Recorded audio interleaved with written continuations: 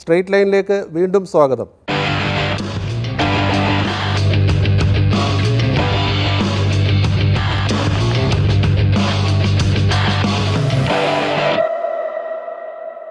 ഏറ്റവും കൂടുതൽ ചെറുപ്പക്കാർ വിദ്യാർത്ഥികൾ ഗൂഗിൾ ചെയ്ത് നോക്കിയൊരു സംഗതി how to kill a person and get away with it. Negative mind set വരുന്നുണ്ട്. അപ്പോൾ അത് നമ്മൾ സെർച്ച് ചെയ്യുന്ന സംഗതികളിലും ആദ്യം വരുന്നത് ഏറ്റവും ആധികാരികമായ വിവരമാകണമെന്നില്ല, ഏറ്റവും മസാല പുരണ്ട വിവരമായിരിക്കും. 3 വയസ്സിൽ താഴെ നോ സ്ക്രീൻ ടൈമാണ്. 3 വയസ്സ് തൊട്ട് 8 വയസ്സ് വരെ 1 മണിക്കൂറാണ് ആരോഗ്യകരമായ ദൃശ്യമാധ്യമ സമയമായിട്ട് പറയുന്നത്. തീർച്ചയായിട്ടും ലഹരി ഇപ്പോൾ ലിംഗഭേദമന്യേ പ്രായഭേദമന്യേ സ്കൂൾ വിദ്യാർത്ഥികളുടെ ഇടയിൽ വരെ വ്യാപകമായിട്ടുണ്ട്.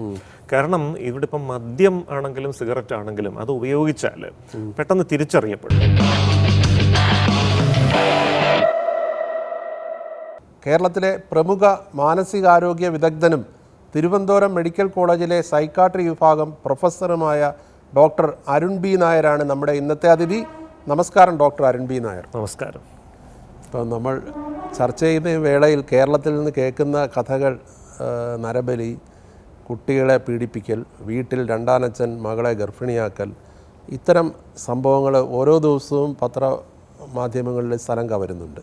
എന്താണ് മലയാളിക്ക് സംഭവിച്ചത്? കഴിഞ്ഞ ഒരു 15 വർഷക്കാലത്തിനിടയിൽ മലയാളികളുടെ മാനസികാരോഗ്യത്തിൽ വലിയൊരു വ്യതിയാനം ഉണ്ടായോ? തീർച്ചയായിട്ടും. ഈ കേരളത്തിൻ്റെ ഒരു പ്രത്യേകത പാശ്ചാത്യ ലോകത്ത് അല്ലെങ്കിൽ ലോകത്തിൻ്റെ ഏത് ഭാഗത്തും നടക്കുന്ന പുതിയ കാര്യങ്ങൾ മനസ്സിലാക്കാനും അത് സ്വാംശീകരിക്കാനും അത് അനുകരിക്കാനുള്ളൊരു പ്രവണതയുള്ളൊരു തലമുറയാണ് മലയാളികളെന്ന് പറയുന്നത്. അനുകരണം ക്രൈമിലാണോ അതോ പോസിറ്റീവായിട്ടോ? എല്ലാ മേഖലകളിലും അനുകരണങ്ങളുണ്ട്. പുതിയ കാര്യങ്ങൾ മനസ്സിലാക്കി ചെയ്യുന്നതുണ്ട്. അതുപോലെ തന്നെ കുറ്റകൃത്യങ്ങളും സെൻസേഷണലായിട്ടുള്ള എന്ത് കാര്യവും കാണുക, അനുകരിക്കുക, പരീക്ഷിക്കുക, ഇത് മലയാളിയുടെ ഒരു സ്വഭാവമാണെന്ന് വേണമെങ്കിൽ പറയാം. ഇപ്പോൾ കഴിഞ്ഞൊരു പ്രത്യേകിച്ച് 2 കൊല്ലമായിട്ട് നമ്മൾ ഈ അടച്ചിരുന്ന ഒരു ലോക്ക്ഡൗൺ കാലഘട്ടത്തിൽ കോവിഡിൻ്റെ ആ ഒരു കാലഘട്ടത്തിൽ എല്ലാവരും ഈ ഡിജിറ്റൽ ലോകത്തേക്ക്, എനിക്ക് തോന്നുന്നു ഇന്ത്യയിൽ മറ്റേത് സംസ്ഥാനത്തെക്കാളും കൂടുതൽ ഈ ഡിജിറ്റൽ ലോകത്തേക്ക് ചുരുങ്ങിപ്പോയത് മലയാളികളായിരിക്കും. വിദ്യാഭ്യാസത്തിൻ്റെ ഭാഗമായി എല്ലാ കുട്ടികൾക്കും മൊബൈൽ കിട്ടി. കോളേജ് വിദ്യാർത്ഥികളും ഉദ്യോഗസ്ഥരും എല്ലാം ഈ മൊബൈലിലേക്ക് അല്ലെങ്കിൽ ഡിജിറ്റൽ ഉപകരണങ്ങളിലേക്ക്. ഇതിൻ്റെ ഒരു വലിയ നല്ല വശം ലോകത്തെമ്പാടും നടക്കുന്ന നല്ല കാര്യങ്ങൾ മനസ്സിലാക്കാൻ പറ്റുന്നു, വാർത്തകൾ അറിയും. അതിൻ്റെ ഒരു ദൂഷ്യവശം എന്ന് പറയുന്നത് കുറ്റകൃത്യങ്ങളായാലും ശരി. ഇപ്പോൾ കഴിഞ്ഞ കുറച്ച് നാൾ മുൻപൊരു പഠനം നടന്നിട്ട് ഏറ്റവും കൂടുതൽ ചെറുപ്പക്കാർ വിദ്യാർത്ഥികൾ ഗൂഗിൾ ചെയ്ത് നോക്കിയൊരു സംഗതി how to kill a person and get away with it. എങ്ങനെയാണ് ഒരു വ്യക്തിയെ കൊന്നിട്ട് പിടിക്കപ്പെടാതെ രക്ഷപ്പെടുന്നത്, എങ്ങനെ ഗൂഗിൾ ചെയ്യുകയാണ്. അപ്പോൾ നമുക്ക് നോക്കിയാൽ അറിയാം, ഇപ്പോൾ യൂട്യൂബ് അടക്കമുള്ള ദൃശ്യമാധ്യമങ്ങളിലൊക്കെ പിടിക്കപ്പെടാതെ പോകുന്ന, തെളിയിക്കപ്പെടാതെ പോകുന്ന കുറ്റകൃത്യങ്ങൾ എന്ന് പറഞ്ഞൊരു വലിയൊരു പരമ്പരയായിട്ട് തന്നെ കാര്യങ്ങൾ വരുന്നു. ഇത് കാണുക, ഇതിൻ്റെ പരീക്ഷണങ്ങൾ നടത്തുക, അത് മനസ്സിൻ്റെ ഉള്ളിലെങ്കിലും ഇങ്ങനെയൊക്കെ ചെയ്തു കഴിഞ്ഞാൽ പിടിക്കപ്പെടാതിരിക്കാനുള്ളൊരു സാധ്യതയുണ്ട് എന്നൊരു ചിന്ത മലയാളിയുടെ മനസ്സിലും. ഒരാളെ കൊല്ലണം എന്നുള്ളൊരു ചിന്തയുണ്ട്. അവസരം കിട്ടിയാൽ കൊല്ലുന്നതിൽ വിരോധമില്ല. രക്ഷപ്പെടാൻ ഈ കൊല നടക്കുമ്പോഴും എല്ലാവരും വിചാരിക്കുന്നത് രക്ഷപ്പെടുമെന്ന്. പക്ഷേ ക്രൈം എപ്പോഴും ഒരു തെളിവ് അവശേഷിപ്പിക്കുമെന്ന് പറയുന്ന പോലെ നല്ലൊരു പങ്ക് ആൾക്കാരും പിടിയിലാകുകയും ചെയ്തില്ല. അതിനെക്കുറിച്ച് ഇവർ ചിന്തിക്കുന്നില്ല. അതെ, ബഹുഭൂരിപക്ഷം ആളുകളും പിടിയിലാകാറുണ്ട്. ഇപ്പം നമുക്കറിയാം, ലക്ഷോപലക്ഷം കുറ്റകൃത്യങ്ങൾ നടക്കുന്നതിൽ വിരലിലെണ്ണാവുന്നതാണ് ഈ തെളിയിക്കപ്പെടാത്തത്. പക്ഷേ ഈ തെളിയിക്കപ്പെടാത്തതാണ് ഇത്തരം വീഡിയോകളിൽ വരുന്നതും ആഘോഷിക്കപ്പെടുന്നതും. അപ്പോൾ എല്ലാവരും വിചാരിക്കുന്നത് ഇങ്ങനെ ഒരു സാങ്കേതിക വിദ്യ ഉപയോഗിച്ച് മുന്നോട്ട് പോയാൽ തെളിയിക്കപ്പെടാത്തൊരു കുറ്റകൃത്യങ്ങളുടെ ഭാഗമായിട്ട് നമ്മുടെ കുറ്റകൃത്യവും വരും, എന്തും ചെയ്തിട്ട് രക്ഷപ്പെടാമെന്നുള്ളതാണ്. പിന്നെ ഒരു പകുതി പാശ്ചാത്യവൽക്കരണം സംഭവിച്ച ഒരു പ്രദേശവും കൂടെയാണ് ഇവിടെ. മനസ്സിൽ ഒരു പാശ്ചാത്യ ആഗ്രഹങ്ങളുണ്ട്, അല്ലെങ്കിൽ അത്തരം സംഗതികളിലേക്ക് പോകണമെന്നുണ്ട്. എന്നാലും അടിയുറച്ച നമ്മുടെ ഒരു സാംസ്കാരിക മൂല്യങ്ങളിൽ നിന്ന് പൂർണ്ണമായിട്ട് അങ്ങോട്ട് മാറിയിട്ടുമില്ല. അപ്പോൾ ഇങ്ങനെ വരുമ്പോൾ ഈ പാശ്ചാത്യ ലോകത്തിൽ ഒരുപാട് ഗുണങ്ങളുണ്ട്. ഇപ്പോൾ ഉദാഹരണത്തിന് പ്രൊഫഷണലിസം, സമയക്ലിപ്തത പാലിക്കുക, ആരും തോക്ക് ചൂണ്ടി അവിടെ പണിയെടുപ്പിക്കുന്ന ഒരു രീതിയൊന്നുമില്ല. ഇപ്പോൾ തന്നെ അടുത്ത കാലത്ത് ഓസ്ട്രേലിയയിലേക്ക് പോയ എൻ്റെ ഒരു സുഹൃത്ത് പറയുന്നത്, അവിടെ ഒരു മെഡിക്കൽ സ്ഥാപനത്തിൽ അറ്റൻഡൻസ് രജിസ്റ്റർ ഇല്ല, അവിടെ പഞ്ചിങ്ങോ ഒന്നുമില്ല. 8 മണിന്നൊരു സമയം ഉണ്ടെങ്കിൽ എല്ലാവരും വന്നിരിക്കും. വരാത്തവൻ വളരെ മ്ലേച്ഛനായ വ്യക്തിയായിട്ടാണ് അവിടെ ആ ഒരു സംസ്കാരത്തിൽ കരുതപ്പെടുന്നത്. അതുകൊണ്ട് ആ ഒരു റിസ്ക് ആരും എടുക്കുക. അതൊരു അച്ചടക്കത്തിൻ്റെ സംസ്കാരം കൂടിയാണ്. ഉള്ളിൻ്റെ ഉള്ളിൽ നിന്ന് ഒരു ഇൻറ്റേർണൽ ലോക്കസ് ഓഫ് കൺട്രോൾ എന്ന് പറയുന്ന ആന്തരികമായൊരു നിയന്ത്രണം, നമ്മൾ എങ്ങനെ ജീവിക്കണം എന്നുള്ളത്, അതൊരു അച്ചടക്കം. അത് കുട്ടികളെ വളർത്തുമ്പോൾ തൊട്ട് വിദ്യാലയങ്ങളിലും കലാലയങ്ങളിലും ഓഫീസുകളും എല്ലാം അവർ പാലിച്ചു വരുന്നൊരു സംസ്കാരത്തിൻ്റെ ഒരു ഭാഗമാണ്. ഇപ്പോൾ കുട്ടികളുടെ കാര്യം എടുത്തു കഴിഞ്ഞാൽ പണ്ടൊക്കെ നമ്മുടെ വീടുകളിൽ വീടുകളിൽ മുത്തശ്ശി പറയുന്ന കഥകൾ കേട്ടൊക്കെ വളർന്ന കുട്ടികളായിരുന്നു. പക്ഷേ ഇപ്പോൾ ഈ ന്യൂക്ലിയർ ഫാമിലി വന്നതോടുകൂടി അച്ഛനും അമ്മയും ജോലിയുള്ളവർ കൂടിയാണെങ്കിൽ അവർ ജോലിക്ക് പോകുന്നു. പിന്നീട് ഈ കുട്ടിയുടെ മുന്നിൽ മൊബൈൽ അടക്കം ഇൻ്റർനെറ്റ് അടക്കമുള്ള എല്ലാ സംവിധാനങ്ങളും വരുന്നു. അവർ ക്രൈമിലേക്ക് ആകർഷിക്കപ്പെടുന്നില്ലേ? അവരെ ഡയറക്റ്റായിട്ട് കൺട്രോൾ ചെയ്യാനുള്ള എന്തെങ്കിലും സംവിധാനമുണ്ടോ? തീർച്ചയായിട്ടും അത് വളരെ പ്രസക്തമായൊരു നിരീക്ഷണമാണ്. കാരണം ഈ മുത്തശ്ശി കഥകളിലൂടെ ഒരുപാട് മൂല്യങ്ങൾ, ഇപ്പം നന്മയും തിന്മയും തമ്മിലുള്ള വ്യത്യാസം, തിന്മ പരാജയപ്പെടുന്നു, നന്മ വിജയിക്കുന്നു, ഇങ്ങനെ ഒരുപാട് സാരോപദേശങ്ങളിൽ ആധുനിക ഭാഷയിൽ പറഞ്ഞാൽ ലൈഫ് സ്കിൽസ്, ജീവിത നിപുണതകൾ ഇത്തരം കഥകളിലൂടെ വിനിമയം ചെയ്യപ്പെട്ടിരുന്നു. ഇപ്പോൾ മുത്തശ്ശിമാരില്ല, അല്ലെങ്കിൽ മുത്തശ്ശിമാരും കുട്ടികളും തമ്മിൽ അങ്ങനത്തെ ഒരു ആത്മബന്ധമില്ല, അല്ലെങ്കിൽ മുത്തശ്ശിമാരും മുത്തശ്ശന്മാരും ഒക്കെ ഉദ്യോഗസ്ഥരാണ്, തിരക്കിലാണ്. ഇങ്ങനെ വരുമ്പോൾ കുട്ടികളെ ശാന്തരായി ഇരുത്താനുള്ള എളുപ്പമാർഗ്ഗം മൊബൈലോ ഏതെങ്കിലും ഒരു ഡിജിറ്റൽ ഉപകരണമോ ഓൺ ചെയ്ത് കൊടുക്കുക. വീട്ടിൽ കുട്ടി ശല്യമില്ലാതിരുന്നുള്ളൂ. അപ്പം അങ്ങനെ വരുമ്പോൾ നമുക്കറിയാം ഈ സാമൂഹ്യ മാധ്യമങ്ങളായാലും ഇൻ്റർനെറ്റ് ആയാലും സെൻസർഷിപ്പ് ഇല്ലാത്തൊരു മാധ്യമമാണ്. എന്ത് വിവരവും അതിലൂടെ ഈ വായിക്കുന്ന ആളിന്, കാണുന്ന ആളിന് ലഭ്യമാകും. അതിൻ്റെ ഗുണദോഷങ്ങളൊന്നും വേർതിരിച്ചറിയാതെ സെൻസേഷണൽ സ്വഭാവമുള്ള കാര്യങ്ങളായിരിക്കും. ഇപ്പം നമുക്കറിയാം, ഇപ്പോൾ ഗൂഗിളിൽ നമ്മൾ നോക്കിക്കഴിഞ്ഞാൽ കുറച്ച് നാൾ മുൻപ് നടന്നൊരു ചെറിയൊരു സംഭവമാണ് ഈ ലോക്ക്ഡൗണിൻ്റെ ആദ്യ കാലഘട്ടത്തിൽ എനിക്കറിയാവുന്ന ഒരാളൊരു യൂട്യൂബ് ചാനൽ തുടങ്ങുന്നു. അദ്ദേഹം വന്നിട്ട് എന്നോട് പറഞ്ഞത്, ഈ ലോക്ക്ഡൗൺ തുടങ്ങിയ ശേഷം ഗാർഹിക പീഡനങ്ങൾ കൂടുന്നു, ഇതിനെതിരായിട്ട് ഒരു വീഡിയോ ചെയ്യണം. അപ്പോൾ ഭാര്യാഭർത്തൃ ബന്ധം എങ്ങനെ ദൃഢമാക്കാം എന്ന് പറഞ്ഞൊരു വീഡിയോ ഞാൻ ചെയ്യുകയും അദ്ദേഹം റെക്കോർഡ് ചെയ്തുകൊണ്ട് പോയി. 2 ദിവസം കഴിഞ്ഞ് ഗൾഫിലുള്ള എൻ്റെ ഒരു പരിചയക്കാരൻ ഒരു വീഡിയോ എനിക്ക് അയച്ചു തരുന്നു. സ്ത്രീകളെ എങ്ങനെ വശീകരിക്കാം, പ്രമുഖ മനോരോഗ വിദഗ്ധൻ സംസാരിക്കുന്നത്, ഞാൻ ചിരിച്ചുകൊണ്ടിരിക്കുന്ന ഒരു തംബ്നെയിലുമായിട്ട്. ഞാനത് കേട്ട് നോക്കിയപ്പോൾ ഞാൻ ഈ 2 ദിവസം മുമ്പ് പറഞ്ഞ ഈ ഗാർഹിക പീഡനം ഒഴിവാക്കാൻ എങ്ങനെ ഭാര്യാഭർത്തൃ ബന്ധം ദൃഢമാക്കാം എന്നുള്ളതാണ്. പക്ഷേ ടൈറ്റിൽ വന്നിരിക്കുന്നത് ഇങ്ങനെ. അപ്പോൾ ഞാൻ അദ്ദേഹത്തിനോട് വിളിച്ച് ചോദിച്ചപ്പോൾ അദ്ദേഹം പറഞ്ഞത്, ഡോക്ടറെ, ഭാര്യാഭർത്തൃ ബന്ധം ദൃഢമാക്കാം എന്നൊക്കെ ഇട്ടാൽ ആരും കാണത്തില്ല, ആർക്കും താല്പര്യമില്ല. ഇതിപ്പോൾ കണ്ടില്ലേ, ലക്ഷക്കണക്കിന് വ്യൂസ് വന്നിരിക്കുന്നതെന്നാണ് പറയുന്നത്. ആ ഒരു രീതിയിലൊരു മൈൻഡ് സെറ്റ് ആണ് അല്ലേ? അതെ അതെ, നെഗറ്റീവ് മൈൻഡ് സെറ്റ് വരുന്നുണ്ട്. അപ്പോൾ അത് നമ്മൾ സെർച്ച് ചെയ്യുന്ന സംഗതികളിലും ആദ്യം വരുന്നത് ഏറ്റവും ആധികാരികമായ വിവരമാകണമെന്നില്ല, ഏറ്റവും മസാല പുരണ്ട വിവരമായിരിക്കാം. മറ്റൊന്ന്, ഈ കുട്ടികൾ കരയുമ്പോൾ തന്നെ, ഇപ്പോൾ 1-2 വയസ്സുള്ള കുട്ടികൾ അല്ലെങ്കിൽ 3 വയസ്സുള്ള കുട്ടികൾ കരയുമ്പോൾ അവരെ കരച്ചിലടക്കാൻ വേണ്ടി പെട്ടെന്ന് മൊബൈൽ എടുത്തു കൊടുക്കുന്ന ഒരു പ്രവണതയുണ്ട്. ഈ കുട്ടികളുടെ മൊബൈൽ ഉപയോഗം എത്ര വയസ്സിലാണ് തുടങ്ങുക, അങ്ങനെ വല്ലതും പറയാൻ കഴിയും? തീർച്ചയായിട്ടും അതിനൊക്കെ പഠനങ്ങളുണ്ട്. കാരണം നമുക്കിപ്പോൾ നമ്മൾ പുറകോട്ടൊന്ന് തിരിഞ്ഞു നോക്കിയാൽ നമ്മുടെ കുട്ടിക്കാലത്ത് എത്ര വയസ്സ് തൊട്ടുള്ള കാര്യങ്ങൾ ദൃശ്യങ്ങളുടെ രൂപത്തിൽ നമുക്ക് ഓർമ്മയുണ്ട്. ഉറപ്പാണ് ഒരു 3 വയസ്സിന് ശേഷമുള്ള കാര്യങ്ങളാണ്. ഇപ്പോൾ 1 വയസ്സിലും 1.5 വയസ്സിലും കുട്ടി ഭക്ഷണം കഴിക്കുന്നില്ല എന്ന് പറഞ്ഞാൽ ഉടനെ മൊബൈൽ കാണിച്ചിട്ടാണ്, പണ്ട് കാക്കയെ കാണിച്ച് ഭക്ഷണം കൊടുക്കുന്ന പോലെ മൊബൈൽ കാണിച്ചിട്ടാണ് കൊടുക്കുക. ഈ 3 വയസ്സിൽ താഴെയുള്ള കുട്ടികൾ ഈ ദൃശ്യമാധ്യമങ്ങൾ കണ്ടതുകൊണ്ട് അവർക്കൊരു പ്രയോജനവുമില്ല. കാരണം അവരാ കാണുന്ന ഒന്നും അവരുടെ തലച്ചോറിലേക്ക് പതിയുന്നില്ല. അതുകൊണ്ട് തന്നെ അത് ഉപയോഗശൂന്യമാണ്. 3 വയസ്സിൽ താഴെ നോ സ്ക്രീൻ ടൈമാണ്. 3 വയസ്സ് തൊട്ട് 8 വയസ്സ് വരെ 1 മണിക്കൂറാണ് ആരോഗ്യകരമായ ദൃശ്യമാധ്യമ സമയമായിട്ട് പറയുന്നത്. അതെന്തായാലും മൊബൈലാണെങ്കിലും ടെലിവിഷൻ, എന്തായാലും ടോട്ടൽ സ്ക്രീൻ ടൈം 1 അവർ. കൂടുതൽ സമയം അവർ പുറത്തേക്ക് പോയി ആളുകളുമായിട്ട് ഇടപെടുകയും കളിക്കുകയൊക്കെ ചെയ്യണം എന്നുള്ളതാണ്. കാരണം ഈ ഒരു പ്രായത്തിലാണ് ഈ തലച്ചോറ് ഏറ്റവും കൂടുതൽ വികസിക്കുന്നത്. തലച്ചോറിലെ കോശങ്ങളുടെ എണ്ണം 3 വയസ്സ് വരെ കൂടുന്നുള്ളൂ. പക്ഷേ 3 വയസ്സിന് ശേഷം ഈ കോശങ്ങൾ തമ്മിൽ പുതിയ ബന്ധങ്ങൾ സ്ഥാപിക്കപ്പെടുന്നു, പുതിയ സിനാപ്സസ് ഉണ്ടാകുന്നു. ഇങ്ങനെ പുതിയ ബന്ധങ്ങൾ വരണമെന്നുണ്ടെങ്കിൽ വ്യത്യസ്തമായ ജീവിത അനുഭവങ്ങളിലൂടെ ഈ കുട്ടികൾ കടന്നു പോകണം. ഈ പ്രായമാണോ ബുദ്ധി വികസിക്കുന്ന പ്രായം? ബുദ്ധി വികസിക്കുന്ന ഏറ്റവും പ്രധാനപ്പെട്ട ഒരു പ്രായം അതാണ്. അപ്പോൾ ഈ വ്യത്യസ്തത എന്ന് പറയുമ്പോൾ പുതിയ കളികൾ കളിക്കുക, പുതിയ ആളുകളെ പരിചയപ്പെടുക, പുതിയ സാങ്കേതിക വിദ്യകൾ പഠിക്കുക, പുതിയ ഉപകരണങ്ങൾ പരിചയപ്പെടുക, അങ്ങനെ പരമാവധി വ്യത്യസ്തമായ അനുഭവ പരിസരങ്ങളിലൂടെ ഈ കുട്ടികളെ കൊണ്ടുപോകണം. ഒരു ഡിജിറ്റൽ ഉപകരണത്തിലേക്ക് കുട്ടി തളയ്ക്കപ്പെട്ടു പോയാൽ ഇതിനൊരു വിഘാതമായിട്ട് വരുമെന്നുള്ളതാണ് സത്യം. ഇപ്പോൾ ഈ കുട്ടികൾ വളർന്നു വരുമ്പോൾ അവരെ മാനസികമായിട്ടുള്ള ഒരു കരുത്ത് നൽകാനായിട്ട് ഒരു പരിശീലനം അല്ലെങ്കിൽ എന്താണ് മാതാപിതാക്കൾ ശ്രദ്ധിക്കേണ്ടത്? ഇതിന് യുണിസെഫ് ഈ പുതിയ സഹസ്രാബ്ദം തുടങ്ങിയപ്പോൾ ജീവിത നിപുണതാ വിദ്യാഭ്യാസം അല്ലെങ്കിൽ ലൈഫ് സ്കിൽസ് എഡ്യൂക്കേഷൻ ഒരു ആശയം മുന്നോട്ട് വെച്ചു. കാരണം ലോകമെമ്പാടും ഈ അവിശുദ്ധ ത്രികോണം എന്ന് പറഞ്ഞ 3 പ്രശ്നങ്ങൾ കൗമാരപ്രായക്കാരുടെ ഇടയിൽ.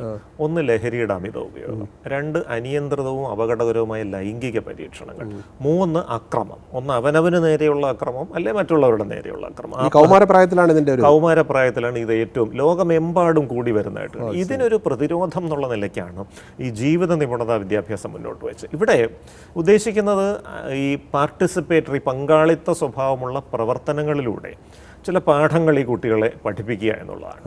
ഇപ്പം അതിൻ്റെ ചുവട് പിടിച്ച് ലോകാരോഗ്യ സംഘടനയും ഈ 10 ജീവിത നിപുണതകൾ എല്ലാ കൗമാരക്കാരും പരിശീലിക്കണമെന്ന് പറഞ്ഞിട്ടുണ്ട്.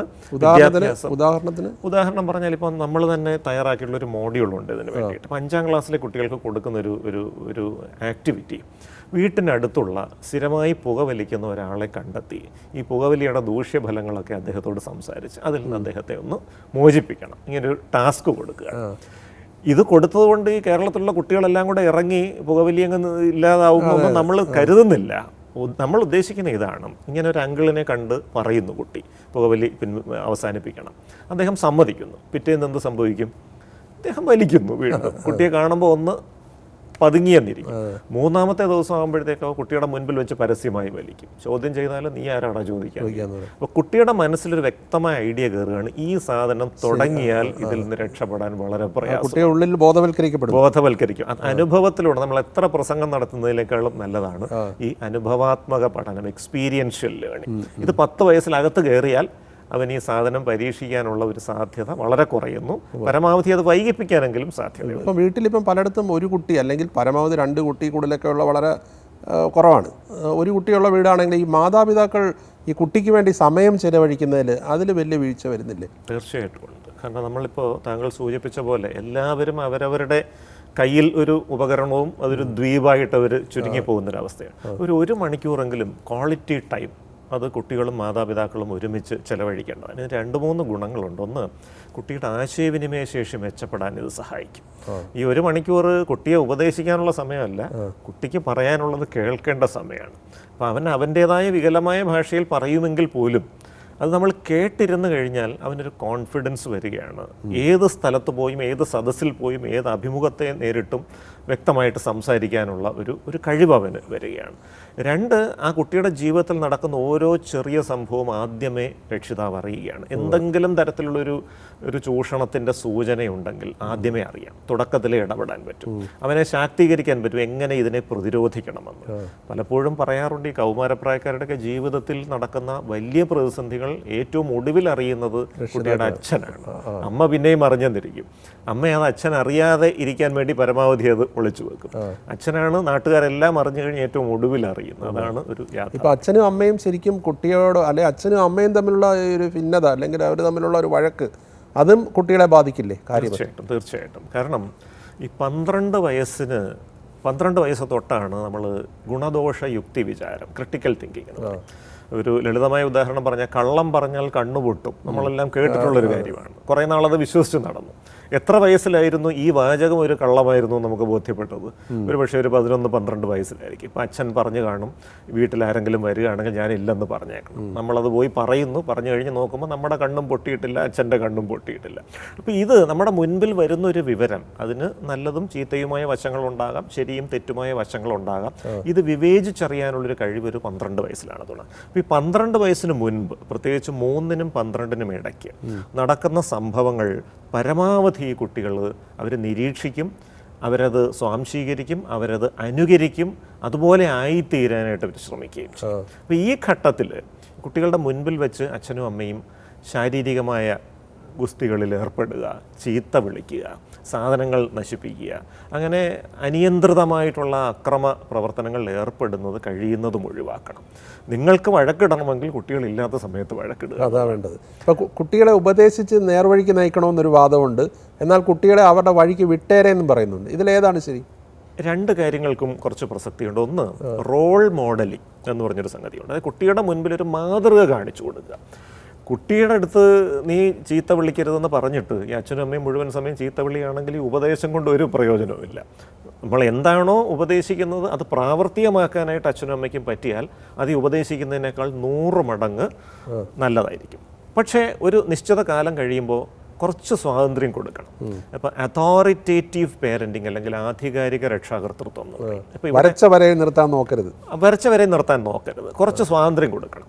ആ സ്വാതന്ത്ര്യത്തിലൂടെ അനുഭവങ്ങളിലൂടെ പാഠം പഠിക്കാനുള്ള ഒരു അവസരം കൊടുക്കണം. പക്ഷെ ഒരു കാര്യം പറയണം, എന്ത് സംഭവിച്ചാലും വീട്ടിൽ പറയാനുള്ള സ്വാതന്ത്ര്യം നിനക്കുണ്ട്. നിനക്കൊരു പ്രതിസന്ധി വന്നാൽ അതിവിടെ പറയാം, എല്ലാ കാര്യങ്ങളും ഇവിടെ ചർച്ച ചെയ്യാം. എന്തെങ്കിലും ഒരു ബുദ്ധിമുട്ട് വന്നാൽ ഞങ്ങളുണ്ട്, പക്ഷേ നീ നിൻ്റെ നിലയ്ക്ക് സ്വന്തമായിട്ട് ജീവിക്കാനുള്ളൊരു ശക്തി കൈവരിക്കുകയും വേണം. മറ്റൊന്ന് ഈ കുട്ടികളെ അവരുടെ അഭിരുചിക്ക് അനുസരിച്ച് വിടാതെ അച്ഛൻ്റെ അമ്മയുടെ ആഗ്രഹപ്രകാരം ഡോക്ടർ, എഞ്ചിനീയർ അല്ലെ കളക്ടർ അല്ലെങ്കിൽ അത്തരം ഉന്നത ഉദ്യോഗങ്ങളിലേക്ക് പോകണമെന്ന് പറഞ്ഞ് അടിച്ച് പഠിപ്പിക്കാൻ ശ്രമിക്കുന്നുണ്ട്. അത് ഗുണമോ ദോഷമോ എന്താണ് ചെയ്യുന്നത്? വളരെ ദോഷകരമാണ്. കാരണം നമ്മൾ എഞ്ചിനീയറിങ്ങിന് ചേരുന്ന കുട്ടികളുടെ ഭാവിയെക്കുറിച്ച് സാങ്കേതിക വിദ്യാഭ്യാസ വകുപ്പ് തന്നെ ഒരു പഠനം നടത്തിയിട്ടുണ്ട്. കേരളത്തിൽ എഞ്ചിനീയറിങ്ങിന് ചേരുന്ന കുട്ടികളിൽ 30% മാത്രമാണ് ഈ 4 വർഷം കൊണ്ട് കോഴ്സ് പൂർത്തിയാക്കുന്നത്. മറ്റൊരു 30% പേര് ഈ 4 വർഷത്തെ കോഴ്സ് 5, 6, 7 വർഷം കൊണ്ട് പതിയെ പാസ്സാവും. 40% കുട്ടികൾ, അതായത് 10ൽ 4 പേര് ഇത് പൂർത്തിയാക്കാതെ പകുതി വഴിക്ക് വെച്ച് ഉപേക്ഷിച്ച് പോവുകയാണ്. ഇവരാരും തൊലഞ്ഞു പോകുന്നില്ല. ഇവർ മറ്റൊരു കോഴ്സിന് ചേർന്ന് ചിലപ്പോൾ ആനിമേഷനിലായിരിക്കാം അവൻ്റെ ടേസ്റ്റ്, ഗ്രാഫിക് ഡിസൈനിങ്ങിലായിരിക്കാം, അവൻ നല്ലൊരു എഴുത്തുകാരനായി വന്നേക്കാം, നല്ലൊരു ജേർണലിസ്റ്റായി വന്നേക്കാം. ഇപ്പോൾ ഇവന് ഈ എഞ്ചിനീയറിങ്ങിന് പോകാൻ ഒരു മാത്തമാറ്റിക്കോ ലോജിക്കൽ ഇൻ്റലിജൻസ്, ഗണിത യുക്തി ബുദ്ധി എന്ന് പറഞ്ഞ സംഗതിയുടെ ആവശ്യമുണ്ട്. എല്ലാവർക്കും അത് ഉണ്ടാവണമെന്നില്ല. ഇപ്പം ഞാനൊന്നും ഈ ഗണിത സംബന്ധമായ ബുദ്ധി അടുത്തൂടെ പോയിട്ടില്ലാത്ത മനുഷ്യരാണ്. എന്നെ നിർബന്ധിച്ച് എഞ്ചിനീയറിങ്ങിനോട് ചേർത്തിരുന്നെങ്കിൽ ഞാൻ ദുരന്തമായി പോകുമായിരുന്നു എന്നുള്ളത് ഉറപ്പാണ്. അപ്പോൾ ആ കുട്ടിയുടെ അഭിരുചി, കഴിവ് അത് മനസ്സിലാക്കി അതിനനുയോജ്യമായ മേഖലയിലേക്ക് വിടാൻ കഴിഞ്ഞാൽ അവൻ്റെ ഭാവി ശോഭനമായിരിക്കും. ഇനി എന്തെങ്കിലും കാരണവശാൽ നിങ്ങൾക്കത് കൃത്യമായിട്ട് മനസ്സിലാക്കാൻ പറ്റുന്നില്ലെങ്കിൽ ശാസ്ത്രീയമായ കരിയർ ഗൈഡൻസ് വഴി അത് പറ്റും. അത് 3 കാര്യങ്ങൾ അതിൽ ഉണ്ട്. ഒന്ന്, ഈ ബഹുമുഖ ബുദ്ധി വൈഭവം, മൾട്ടിപ്പിൾ ഇൻ്റലിജൻസ്. 9 തരം ബുദ്ധികളുണ്ട്. അതിൽ ഏറ്റവും കൂടുതൽ ഏതാണ് ഒരു കുട്ടിക്കെന്ന് നിർണ്ണയിക്കാൻ പറ്റും. 2, ആപ്റ്റിറ്റ്യൂഡ് അസസ്മെൻ്റ് അല്ലെങ്കിൽ അഭിരുചി നിർണ്ണയമാണ്. ബുദ്ധി ഉണ്ടെങ്കിലും ഒരു പ്രത്യേക പ്രക്രിയ അല്ലെങ്കിൽ കോഴ്സ് അവന് ആസ്വദിക്കാൻ കഴിയുന്നുണ്ടോ എന്നുള്ളതാണ് 2.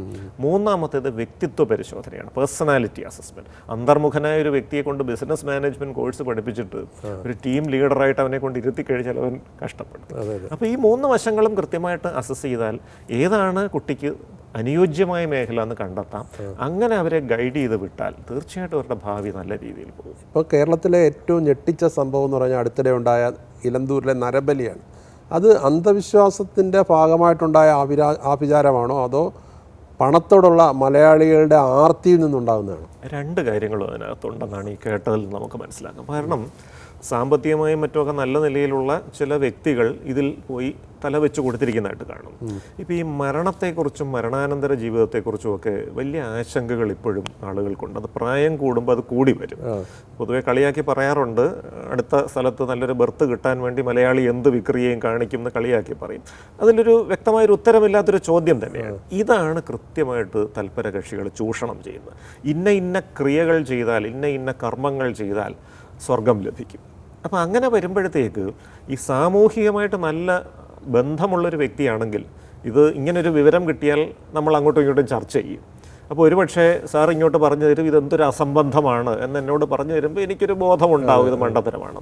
പക്ഷെ ഞാൻ ഒറ്റയ്ക്ക് കഴിയുന്ന ആരുമായിട്ട് ബന്ധമില്ലാത്ത ഒരു വ്യക്തിയാണെങ്കിൽ ഞാനിത് മനസ്സിലിട്ട് ഇത് ശരിയാണെന്ന് സങ്കല്പിച്ച് ഇങ്ങനെ സ്വപ്നം കാണാൻ തുടങ്ങും. അപ്പോൾ പതുക്കെ ഇത്തരം ഒരു കർമ്മങ്ങളിലേക്ക് നമ്മൾ പോകാനും സാധ്യതയുണ്ട്. മറുവശത്ത് നിൽക്കുന്ന വ്യക്തിക്ക് ഈ പണത്തോടുള്ള ആർത്തി, ചൂഷണം ചെയ്യുന്ന വ്യക്തി തീർച്ചയായിട്ടും ഇങ്ങനെ മനസ്സിൽ ദൗർബല്യമുള്ള അല്ലെങ്കിൽ ഇതിനെക്കുറിച്ച് ആശയക്കുഴപ്പമുള്ള ആളുകളെ കണ്ടെത്തി ഇങ്ങനെ ചൂഷണം ചെയ്താൽ എത്ര കോടികൾ വേണമെങ്കിലും ഉണ്ടാക്കാം എന്നുള്ളത്. ഈ മനുഷ്യ മാംസം ഭക്ഷിച്ച വിവരം വരെ അതിലൂടെ പുറത്തു വന്നിരുന്നു. അയാളൊരു മനോരോഗിയായിരിക്കില്ലേ? അല്ല, തീർച്ചയായിട്ടും ആ പറഞ്ഞ ലക്ഷണങ്ങൾ വെച്ചിട്ട് ചില സാധ്യതകൾ, ഇപ്പോൾ സൈക്കോപാത്ത് എന്നൊക്കെ പറഞ്ഞുള്ള ചില പദപ്രയോഗങ്ങളുണ്ട്. പിന്നെ ആധുനിക കാലത്തിൽ സാമൂഹ്യ വിരുദ്ധ വ്യക്തിത്വ വൈകല്യം എന്ന് പറയും. ഇപ്പോൾ ഈ വാർത്തകളിൽ വന്ന സംഗതികൾ ശരിയാണ് എങ്കിൽ, ആ വ്യക്തിയെ ഞാൻ കണ്ടിട്ടോ പരിശോധിച്ചിട്ടോ ഇല്ല എങ്കിലും സാധ്യതകൾ വെച്ചിട്ട് നിരന്തരം ഇത്തരം സംഭവങ്ങൾ പണ്ടും നടന്നിട്ടുണ്ട്. മറ്റൊരു വ്യക്തിയുടെ വൈകാരികാവസ്ഥ തെല്ലും മനസ്സിലാക്കാൻ കഴിവില്ലാത്ത, മറ്റുള്ളവരെല്ലാം തനിക്ക് തല്ലിപ്പൊട്ടിക്കാനുള്ള കളിപ്പാട്ടങ്ങളാണെന്ന് വിശ്വസിക്കുന്ന ഒരു വ്യക്തിയാണ് അത്തരത്തിൽ ചെയ്യുന്നത്. അതിനെ നമ്മൾ ആൻറ്റി സോഷ്യൽ പേഴ്സണാലിറ്റി ഡിസോർഡർ അല്ലെങ്കിൽ സാമൂഹ്യ വിരുദ്ധ വ്യക്തിത്വ വൈകല്യം എന്ന് പറയും. അവർ കുറ്റങ്ങൾ ചെയ്യും, എത്ര ക്രൂരമായ കുറ്റകൃത്യം ചെയ്താലും അതിൽ കുറ്റബോധം തോന്നുകയില്ല. അതിനെല്ലാം എന്തെങ്കിലും ഒരു ന്യായീകരണം, അത് ചിലപ്പോൾ ആത്മീയമായ ന്യായീകരണമായിരിക്കാം, അല്ലാത്തതായിരിക്കാം അവർക്ക് കാണുകയും. പക്ഷേ ഡോക്ടർ ദീർഘകാലത്തെ അനുഭവം ഉണ്ടല്ലോ ഈ ഇത്തരം അന്ധവിശ്വാസങ്ങളിൽ. ഇപ്പം അന്ധവിശ്വാസങ്ങൾ ശരിക്കും വർദ്ധിച്ചു വരികയല്ലേ കേരളത്തിലായാലും. അതിന് അതിലൂടെ ഉണ്ടായ ഡോക്ടർ അഭിമുഖീകരിച്ച അല്ലെ ഡോക്ടറുടെ ക്ലിനിക്കിന് എത്തിയിട്ടുള്ള എന്തെങ്കിലും അനുഭവങ്ങൾ പറയാനുണ്ടോ? അങ്ങനെയുള്ള തീർച്ചയായിട്ടും ഉണ്ട്. ഞാൻ കുറച്ച് നാൾ മുൻപ് ഇടുക്കി ആ മേഖലയിൽ നിന്ന് വന്ന ഒരു 30-35 വയസ്സുള്ളൊരു സ്ത്രീ ഒരു 10ാം ക്ലാസ്സിൽ പഠിക്കുന്ന മകനെയും കൂട്ടി വരുന്നു. ഇവരുടെ അച്ഛൻ ഒരു 70 വയസ്സോളം പ്രായമുള്ള ഒരു വയോധികനും കൂടെയുണ്ട്. ഇപ്പോൾ ഇവർ പറഞ്ഞുകൊണ്ടിരിക്കുന്നത് ഈ സ്ത്രീയുടെ പ്രശ്നം എന്ന് പറഞ്ഞാൽ ഈ മകൻ സ്വന്തം മകനാണ്. യഥാർത്ഥത്തിൽ ഇവരുടെ മകനല്ല, മകൻ്റെ രൂപസാദൃശ്യമുള്ള ഒരു അപരനാണ്, ഇവൻ എൻ്റെ വീട്ടിൽ കയറി വന്നിരിക്കുന്നത് എന്നെ കൊല്ലാനാണ് എന്നവർ പറഞ്ഞുകൊണ്ടിരിക്കുകയാണ്. ഇതൊരു വിചിത്രമായിട്ടുള്ളൊരു ലക്ഷണമാണ്. അപ്പോൾ നമ്മൾ ചോദിച്ചു വരുമ്പോൾ കഴിഞ്ഞൊരു 3 വർഷമായിട്ട് അവർ ഉറങ്ങുന്നില്ല. അവർ ചിലപ്പോൾ ഒറ്റയ്ക്കിരുന്ന് പിറുപിറുക്കുന്നുണ്ട്, ഒറ്റയ്ക്കിരുന്ന് ചിരിക്കുന്നുണ്ട്, ഭക്ഷണത്തിൽ വിഷം ഇട്ടിട്ടുണ്ടെന്നൊക്കെ പറഞ്ഞുകൊണ്ട് ചിലപ്പോൾ ഭക്ഷണം കൊണ്ടുപോയി പട്ടിക്ക് ആദ്യം കൊടുത്ത് പട്ടി അത് കഴിച്ചു തീരുന്നവരെ നോക്കി നിന്നിട്ടാണ് കഴിക്കുന്നത്. പക്ഷേ ഇതൊക്കെ ഒരു മാനസികാരോഗ്യ പ്രശ്നത്തിൻ്റെ ലക്ഷണമായിട്ട് ഇവർക്ക് ആർക്കും തോന്നുന്നില്ല. ഇവർ ഒരു പ്രത്യേക ആഭിചാരങ്ങളൊക്കെ ചെയ്യുന്നൊരു കേന്ദ്രത്തിലേക്ക് കൊണ്ടുപോവുകയും അവിടെ വെച്ചിട്ട് ഇത് ഒരു പ്രേതബാധയുടെ പരിണിത ഫലമാണ് എന്ന് പറഞ്ഞിട്ട് കണ്ടമാനം പൈസ ചിലവാക്കി ഓരോ തരം കർമ്മങ്ങൾ ഇങ്ങനെ ചെയ്തുകൊണ്ടിരിക്കുകയാണ്. അത് ഓരോന്നും ചെയ്തിട്ട് അടുത്ത ആഴ്ച മാറുമെന്ന് പറയും. എവിടുന്ന് മാറാനാണ്? ഇത് വീണ്ടും വീണ്ടും തുടർന്നുകൊണ്ടേയിരിക്കുകയാണ്. അങ്ങനെ ലക്ഷക്കണക്കിന് അവസാനം വീട് പണയം വെച്ച് ലക്ഷക്കണക്കിന് രൂപയെടുത്ത് അവിടെ കൊടുത്ത് തകർന്ന് തരിപ്പണമായി ഒന്നും ബാക്കിയില്ലാത്ത അവസ്ഥയിൽ ആരോ പറഞ്ഞു, അവിടെ അറിയാവുന്ന ആരോ പറഞ്ഞു, ഒരു ഡോക്ടറിനെ കണ്ട് ചികിത്സിക്കണം. എന്ത് ചെയ്താൽ ഡോക്ടറിനെ കാണുകയില്ല, ചികിത്സിക്കുകയില്ല. അവസാനം സാമ്പത്തികമായി സമ്പൂർണ്ണമായിട്ട് തകർന്ന് 10ാം ക്ലാസ്സിൽ പഠിക്കുന്ന കുട്ടിക്ക് 10ാം ക്ലാസ് പരീക്ഷ എഴുതാനും പറ്റാത്തൊരവസ്ഥയിൽ ഒരു മാർച്ച് മാസമായപ്പോഴത്തേക്കാണ് അവർ ഇവിടേക്ക് വരുന്നത്. അപ്പോൾ നമ്മൾ നോക്കുമ്പോൾ ഇത് ക്യാപ്ഗ്രാസ് ഡെല്യൂഷൻ എന്ന് പറഞ്ഞ ഒരു മിഥ്യാവിശ്വാസമാണ്. നമ്മുടെ തലച്ചോറിലെ ഡോപ്പമിൻ എന്ന് പറഞ്ഞൊരു കെമിക്കൽ കൂടി ഉണ്ടാകുന്ന ഒരു അവസ്ഥയാണ്. അപ്പോൾ ഇവിടെ നമുക്ക് വളരെ വേണ്ടപ്പെട്ടൊരു വ്യക്തി, അതൊരു പക്ഷേ അടുത്ത ബന്ധുവാകും, സുഹൃത്താകാം, യഥാർത്ഥത്തിൽ ആ വ്യക്തിയല്ല, രൂപസാദൃശ്യമുള്ള ഒരു അപരനാണെന്ന് തോന്നുകയും അത് അടിയുറച്ച ഒരു വിശ്വാസമായിട്ട് നിൽക്കുകയും ചെയ്യുകയാണ്. അത് ഈ തലച്ചോറിലെ ഡോപ്പമിൻ എന്ന കെമിക്കലിൻ്റെ അളവ് ക്രമീകരിക്കാനുള്ള മരുന്നുകൾ അകത്തോട്ട് ചെന്നാലേ അത് മാറുകയുള്ളൂ. ഞങ്ങളത് അഡ്മിറ്റ് ചെയ്ത് ചികിത്സിച്ചു. ഒരു 3 മാസത്തോളം ഹോസ്പിറ്റലിൽ അഡ്മിറ്റായിട്ട് കിടക്കേണ്ടി വന്നു. കാരണം കുറേ വർഷങ്ങളുടെ പഴക്കമായത് കാരണം ഒരു 2 മാസത്തോളം എടുത്തു ഇതിന് ഇളക്കം തട്ടി തുടങ്ങാൻ. ഒടുവിൽ സ്വന്തം മകനാണ് എന്ന് അംഗീകരിച്ച് വളരെ സ്നേഹത്തോടെ അവർ കെട്ടിപ്പിടിച്ച് യാത്രയാവുകയും ട്രീറ്റ്മെൻറ്റിലൂടെ ഇത് പരിഹരിക്കാൻ പറ്റും. ട്രീറ്റ്മെൻറ്റിലൂടെ പരിഹരിക്കാൻ പറ്റും, പക്ഷേ അല്പം സമയമെടുക്കും. കാരണം പഴക്കം കൂടിയ മാനസികാരോഗ്യ പ്രശ്നങ്ങൾ പൂർണ്ണമായിട്ട് ഭേദപ്പെട്ടു വരാൻ അല്പം സമയമെടുക്കും. മറ്റൊരു വിഷയം എന്ന് പറഞ്ഞാൽ നമ്മുടെ നാട്ടിൽ ഒരുപാട് ക്രൈം നടക്കുന്നുണ്ട്. ഇപ്പം പ്രണയിനിയെ കുത്തിക്കൊല്ലുന്നു, ആസിഡ് ഒഴിക്കുന്നു. ഇപ്പോൾ കഴിഞ്ഞ ദിവസം ചെന്നൈയിൽ മുഖത്ത് കുപ്പിച്ചില്ലുകൊണ്ട് കുത്തി പരിക്കേൽപ്പിക്കുന്നു. ആ ഒരു സംഭവങ്ങളും വർദ്ധിച്ചു വരുന്നു. ഈ പ്രണയം എന്ന് പറയുന്ന വെറും ഒരു ആപേക്ഷികമാണ് അല്ലെങ്കിൽ എന്നൊക്കെയുള്ള വാദങ്ങൾ പലതുമുണ്ട്. അതിനൊന്നും ഒരു ആത്മാർത്ഥത ഇല്ലാതായി മാറിയോ? ഇതിൽ നമ്മൾ കുട്ടികളെ വളർത്തുമ്പോൾ കടുത്ത മത്സര ബുദ്ധിയോടെയാണ് നമ്മൾ കുട്ടികളെ വളർത്തുന്നത്. അത് അക്കാദമികമായ കാര്യങ്ങൾക്കാണെങ്കിലും അല്ലെങ്കിലും പലപ്പോഴും ഈ താരതമ്യം നമ്മുടെ ഒരു രീതിയാണ്. ഇപ്പോൾ മറ്റാരെങ്കിലും കൂടുതൽ മാർക്ക് വാങ്ങിയാൽ നിന്നെ എന്തിനു കൊള്ളാം, അവൻ കണ്ടില്ലേ. അടുത്ത വീട്ടിൽ പുതിയൊരു കാറ് വന്നാൽ നമുക്ക് അസ്വസ്ഥത തുടങ്ങുകയാണ്. അത് എങ്ങനെയെങ്കിലും നമുക്ക് അതിനേക്കാൾ വലിയ കാർ. ഈ താരതമ്യങ്ങളിലൂടെ കടുത്ത മത്സര ബുദ്ധിയുമായിട്ടാണ് ഓരോ വ്യക്തിയും അവരുടെ കൗമാരത്തിലേക്കും യൗവനത്തിലേക്കും ഒക്കെ കയറി ചെല്ലുന്നത്. അപ്പോൾ ഇവിടെ ഉണ്ടാകുന്ന ഒരു ഏറ്റവും വലിയൊരു പ്രശ്നം എന്താണെന്ന് വെച്ചാൽ ഇത് ഈ വ്യക്തിബന്ധങ്ങളിലും ഈ പറയുന്ന ഒരു മത്സര ബുദ്ധി കടന്നു വരുമ്പോൾ ഈ പരസ്പരം മനസ്സിലാക്കാനുള്ളൊരു ജനാധിപത്യ ബോധം നഷ്ടപ്പെട്ടു പോകും. പ്രണയം എന്ന് പറയുമ്പോൾ 4 ഘടകങ്ങൾ അതിനകത്തുണ്ട്. ഒന്ന് ആത്മബന്ധമാണ്, അതായത് മറുവശത്തുള്ള ആളിൻ്റെ വൈകാരിക അവസ്ഥകളൊക്കെ മനസ്സിലാക്കി അയാളുടെ താല്പര്യം കൂടെ സംരക്ഷിച്ചുകൊണ്ട് ഓരോ കാര്യങ്ങളും ആസൂത്രണം ചെയ്യാനുള്ള കഴിവ്. 2 ഒരു സൗന്ദര്യത്തോടുള്ള ഒരു ആരാധനയും ലൈംഗിക ആകർഷണവും ഒക്കെ ചേർന്നിട്ടുള്ള ഒരു അവസ്ഥയാണ്. 3ാമത്തേത് പ്രതിബദ്ധത എന്നൊരു സംഗതിയാണ്. നമ്മൾ പുതിയ പല ആളുകളെയും പരിചയപ്പെട്ടാലും അവരുടെ സൗന്ദര്യത്തോടൊക്കെ ആകർഷണം തോന്നിയാലും അവിടെയെല്ലാം ആരോഗ്യകരമായ അതിർവരമ്പുകൾ വെച്ചുകൊണ്ട് നമ്മുടെ പ്രണയത്തെ മുന്നോട്ട് കൊണ്ടുപോകാനുള്ളൊരു കഴിവാണ്. 4ാമത്തേത് പ്രണയത്തിലെ ജനാധിപത്യമാണ്, ഡെമോക്രസി. അതില്ലാതെയാവുമ്പോഴാണ് ആ ജനാധിപത്യം ഇല്ലാത്ത ബന്ധങ്ങളെയാണ് നമ്മൾ വിഷലിപ്ത ബന്ധങ്ങൾ അല്ലെങ്കിൽ ടോക്സിക് റിലേഷൻഷിപ്സ്, ചെറുപ്പക്കാരൊക്കെ പറയുന്ന ഒരു ഫാഷനബിൾ ആയിട്ടുള്ളൊരു വാക്കാണ്. അപ്പോൾ നമ്മുടെ ഒരു അഭിപ്രായം പറയാനോ അഭിപ്രായ വ്യത്യാസം പറയാനോ അഭിപ്രായ വ്യത്യാസം ശ്രദ്ധിക്കപ്പെടുന്നുണ്ട്, പരിഗണിക്കപ്പെടുന്നുണ്ട് എന്ന് മിനിമം ഉറപ്പുവരുത്താനുള്ളൊരു അവകാശമാണ് ഈ ജനാധിപത്യം. അതില്ലാതെ പോകുന്നതിൻ്റെ 2 കാരണങ്ങൾ. ഒന്ന്, ഞാൻ പറഞ്ഞതുപോലെ ഈ മത്സരബുദ്ധിയിൽ കുട്ടികളെ വളർത്തുമ്പോൾ ഈ പ്രണയത്തിലും ഒരു മത്സരമാണ്. ഞാനാണ് മുകളിൽ നിൽക്കുന്നത്, ഞാൻ പറയുന്നത് നീ കേട്ടോണം എന്ന് പറയുന്നൊരവസ്ഥ വരുന്നു.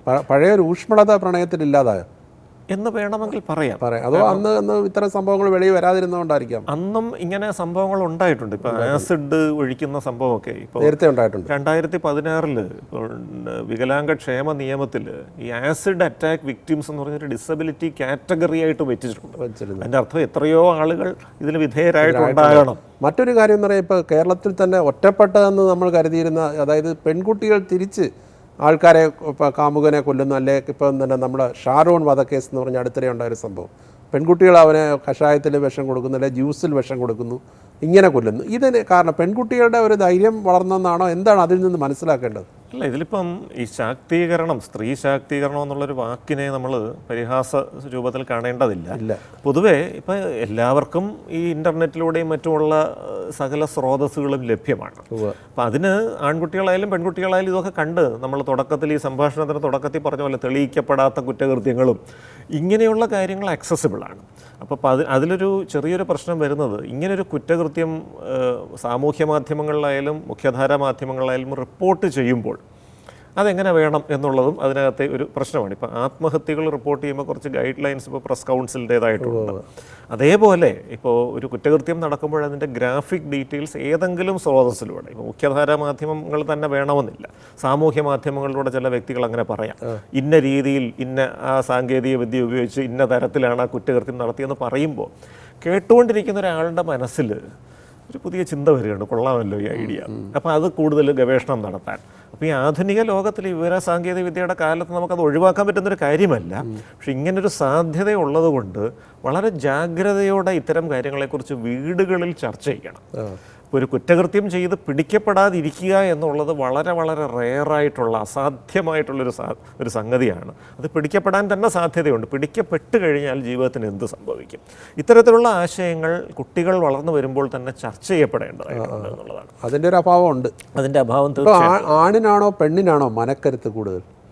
അല്ല, അങ്ങനെ നമുക്ക് പറയാൻ പറ്റില്ല. കാരണം ഈ ജെൻഡർ എന്ന് പറഞ്ഞ സാധനം തന്നെ ഇപ്പോൾ ഒരു സ്പെക്ട്രം ആണ് എന്ന് പറയുന്ന ഒരു അവസ്ഥയുണ്ട്. സ്ത്രീ, പുരുഷൻ, ഇതിൻ്റെ രണ്ട് ഇടയ്ക്ക് ട്രാൻസ്ജെൻഡർ ഉണ്ട്, ജെൻഡർ ഫ്ലൂയിഡ് എന്ന് പറഞ്ഞൊരു സംഗതിയുണ്ട്. അപ്പോൾ ഇങ്ങനെ മനക്കരുത്തൊരു പ്രത്യേക ലിംഗഭേദവുമായിട്ട് ബന്ധപ്പെട്ടെന്ന് പറയാൻ പറ്റും. ചിലർ പറയുമല്ലോ, അത് അയാൾ വളരെ ദുർബലനായ മനസ്സുള്ളവനാണ്, മറ്റേ ആളുടേത് വളരെ മനക്കട്ടിയുള്ള ആളാണ്, ഇങ്ങനെയൊക്കെ പറയുന്നതിന് വല്ല അർത്ഥമുണ്ടോ? കുറച്ചൊക്കെ പാരമ്പര്യത്തിനൊരു പങ്കുണ്ട്. ഇപ്പോൾ മനക്കട്ടി എന്നുള്ളതുകൊണ്ട് ഉദ്ദേശിക്കുന്ന എന്ത് പ്രതിസന്ധി വന്നാലും പ്രയാസം പുറത്ത് പ്രകടിപ്പിക്കാതിരിക്കുന്ന ഒരു വ്യക്തിയാണ് മനക്കട്ടി ഉണ്ടെന്ന് നമ്മൾ വിവക്ഷിച്ചുകൊണ്ടിരിക്കുന്നത്. അയാളുടെ മനസ്സിൽ എന്ത് ചിന്തിക്കുന്നു എന്നുള്ളത് നമ്മൾ അറിയുന്നില്ല. അതൊരു പാരമ്പര്യത്തിന്റെ ഭാഗത്ത് കിട്ടുന്നത്. അത് പാരമ്പര്യ സ്വഭാവമായിട്ട് വരാവുന്ന ഒരു കാര്യമാണ്. ആർജിച്ചെടുക്കാൻ പറ്റുമോ? ആർജിച്ചും എടുക്കാൻ പറ്റും. കുറേ അനുഭവങ്ങളിലൂടെ നമ്മളത് പഠിച്ചെടുക്കുന്നു. ഇപ്പോൾ ഈ ജീവിത നിപുണത വിദ്യാഭ്യാസത്തിൻ്റെ ഒരു ടാർഗറ്റ് നമ്മുടെ വികാരങ്ങളെ ക്രിയാത്മകമായിട്ട് ഉപയോഗപ്പെടുത്തുക. അത് കരയരുത്, ദേഷ്യപ്പെടരുതെന്നൊന്നും അല്ല ഉദ്ദേശിക്കുന്നത്. അനുയോജ്യമായ വികാരങ്ങളെ അനുയോജ്യമായ അളവിൽ അനുയോജ്യമായ സന്ദർഭങ്ങളിൽ എങ്ങനെ ഉപയോഗപ്പെടുത്താം എന്നുള്ളൊരു പരിശീലനമാണ്.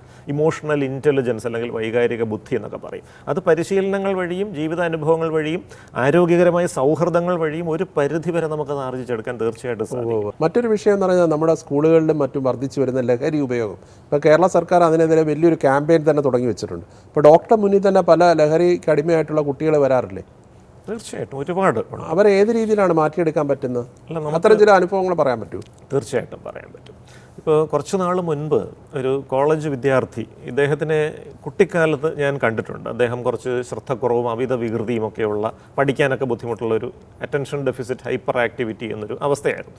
നമ്മൾ ചികിത്സയൊക്കെ നൽകി അവൻ 10ാം ക്ലാസ് നല്ല മാർക്കോടുകൂടി പാസ്സായി. അതോടുകൂടി വീട്ടുകാർ ചികിത്സയൊക്കെ മതിയാക്കി അങ്ങ് പോയി. 18 മാസം ചികിത്സ എടുക്കേണ്ടതാണ്. പക്ഷേ 6 മാസം കഴിഞ്ഞപ്പോൾ അവരുടെ ലക്ഷ്യം, അതായത് 10ാം ക്ലാസ്സിലെ A+ എന്ന സംഗതി കിട്ടിയതോടുകൂടി അവരത് അവസാനിപ്പിച്ചു. ഈ കുട്ടി കോളേജിലേക്ക് എത്തിക്കഴിഞ്ഞപ്പോൾ ലഹരി വസ്തുക്കൾ പരീക്ഷിക്കാൻ തുടങ്ങി. എന്നിട്ട് ഇദ്ദേഹത്തിൻ്റെ അച്ഛൻ ഒരു ദിവസം വിളിച്ചിട്ട് പറയുന്നത്, സർ, ഇവൻ ഒരു ഇൻ്റർനെറ്റിൽ നിന്നൊരു ആർട്ടിക്കിൾ എന്നെ എടുത്ത് കാണിച്ചു, മാനസികാരോഗ്യ പ്രശ്നങ്ങൾക്ക് കഞ്ചാവ് ഫലപ്രദമായ ചികിത്സയാണ് എന്ന് പറഞ്ഞൊരു ഗവേഷണ പഠനം എടുത്ത് അച്ഛന് കാണിച്ചു കൊടുത്തുകൊണ്ടിരിക്കുകയാണ്. അപ്പോൾ അച്ഛൻ എന്ത് പറയണമെന്ന് അറിഞ്ഞുകൂടാ. അപ്പോൾ ഇത് മാനസികാരോഗ്യത്തിന് തകരാറാണ് എന്നുള്ളതാണല്ലോ പൊതുവെയുള്ള വിശ്വാസം. അപ്പോൾ ഞാനത് അയച്ചു തരാൻ പറഞ്ഞു. ഞാൻ നോക്കിയപ്പോൾ നമ്മളിപ്പോൾ ഒരു ഗവേഷണ പ്രബന്ധം വിശ്വസിക്കുന്നതിന് മുൻപ് അത് എഴുതിയ ആളിൻ്റെ ജാതകം പരിശോധിക്കണമെന്ന് പറയും. ഞങ്ങൾ കളിയാക്കി. കാരണം പലപ്പോഴും ഈ മെഡിസിനൽ കന്നാബിസ്, ഈ ഔഷധ രൂപത്തിലും മറ്റുമൊക്കെ കഞ്ചാവ് വേദനയ്ക്കും മറ്റുമൊക്കെ റെസ്ട്രിക്റ്റഡ് ആയിട്ട് യൂസ് ചെയ്യുന്ന ചില സാഹചര്യങ്ങളുണ്ട് പാശ്ചാത്യ രാജ്യങ്ങളിലും മറ്റുമൊക്കെ അത് ഉണ്ട്, ഉപയോഗിക്കും. അപ്പോൾ അത്തരം ചില കമ്പനികൾ ചില ഗവേഷകരെ വെച്ചിട്ട് ചില പെയ്ഡ് റിസർച്ച് ആർട്ടിക്കിൾ പബ്ലിഷ് ചെയ്യാം. അതാണിത്. അപ്പോൾ അത് നോക്കിയപ്പോൾ ഉണ്ട് അതിൻ്റെ ഏറ്റവും ഒടുവിൽ കോൺഫ്ലിക്റ്റ് ഓഫ് ഇൻട്രസ്റ്റ് എഴുതിയിട്ടുണ്ട്. The primary investigator has received unrestricted educational grants from www.kanjavukachavadatkaran.com, who is the biggest seller of medicinal cannabis in UK. അപ്പോൾ അത് കാണിച്ചു കൊടുത്ത് പറഞ്ഞു കൊടുക്കേണ്ട ഒരു സ്ഥിതിവിശേഷത്തിലേക്ക് കാര്യങ്ങൾ എത്തിച്ചേരുകയാണ്. ശക്തമായൊരു ബോധവൽക്കരണം ആവശ്യമാണ്. ശക്തമായൊരു ബോധവൽക്കരണം, അത് വളരെ ചെറുപ്രായത്തിൽ തന്നെ.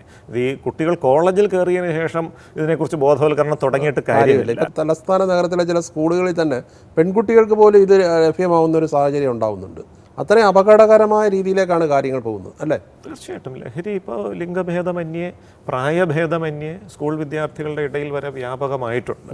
കാരണം ഇവിടെ ഇപ്പം മദ്യം ആണെങ്കിലും സിഗരറ്റ് ആണെങ്കിലും അത് ഉപയോഗിച്ചാൽ പെട്ടെന്ന് തിരിച്ചറിയപ്പെടും. മദ്യത്തിൻ്റെ ഗന്ധമായാലും സിഗരറ്റിൻ്റെ ഗന്ധമായാലും അത് ഉപയോഗിച്ചിട്ട് വണ്ടി ഓടിക്കാൻ പറ്റില്ല, കുറച്ച് റെസ്ട്രിക്ഷൻസ് ഉണ്ട്. പക്ഷേ മറ്റ് ചില ലഹരികൾ ഉപയോഗിച്ചാൽ പെട്ടെന്ന് പുറമേ അതിൻ്റെ ഗന്ധമോ ഒന്നും കൊണ്ട് തിരിച്ചറിയാൻ പറ്റില്ല. അത് ഉപയോഗിച്ചിട്ട് വണ്ടി ഓടിച്ചു കഴിഞ്ഞാൽ ഈ പറഞ്ഞ പോലത്തെ നിയമപരമായിട്ടുള്ള പ്രശ്നങ്ങളില്ല. അപ്പോൾ ഇതൊക്കെ കാരണം കുട്ടികൾ ഈ പരമ്പരാഗത ലഹരികളായ മദ്യത്തിൽ നിന്നും പുകയില ഉൽപ്പന്നങ്ങളിൽ നിന്നും മാറി മറ്റ് നിരോധിത ലഹരികളിലേക്ക് പോകുന്നൊരു സാഹചര്യമുണ്ട്. പക്ഷേ ഈ നിരോധിത ലഹരികൾ തലച്ചോറിൻ്റെ പ്രവർത്തനത്തിനെ തകർത്ത് മാനസികാരോഗ്യം നശിപ്പിക്കും എന്ന യാഥാർത്ഥ്യം വിദ്യാലയങ്ങളിൽ വെച്ച് തന്നെ, സ്കൂളിൽ വെച്ച് തന്നെ, ഈ പാഠ്യപദ്ധതിയുടെ ഭാഗമായിട്ട് തന്നെ അത് കുട്ടികളെ ബോധവൽക്കരിക്കേണ്ടത് ആവശ്യമാണ്. അപ്പം തന്നെ സ്ട്രെസ്സ്, അല്ലെങ്കിൽ അതിപ്പോൾ തൊഴിൽ സ്ഥലത്തുള്ള ജോലിയുടെ ഭാഗമായിട്ടുണ്ട് പല രീതിയിലുള്ള സ്ട്രെസ്സ് മനുഷ്യർ നേരിടുന്നുണ്ട്. അതോടൊപ്പം തന്നെ ചിലരൊക്കെ ഡിപ്രഷന് വിധേയനാകും.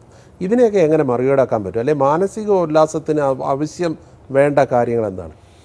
ഇപ്പോൾ നമ്മുടെ ഹാർവാർഡ് സർവകലാശാല 1938 ഒരു പഠനം തുടങ്ങി. അവിടെ ബിരുദ വിദ്യാർത്ഥികളായി വരുന്നവരെല്ലാം അവരുടെ ജീവിതത്തിൽ എന്ത് സംഭവിക്കുന്നു, അതുവരെയുള്ള അവരുടെ അനുഭവങ്ങൾ, ആ കോളേജ് കാലത്തെ അനുഭവങ്ങൾ, പിന്നെ പുറത്ത് പോയി ജോലി, മരണം വരെ അവരെ ഫോളോ അപ്പ് ചെയ്തിട്ട് മനുഷ്യൻ്റെ ആയുസ് കൂട്ടുന്ന 5 ഘടകങ്ങൾ അവർ കണ്ടെത്തി.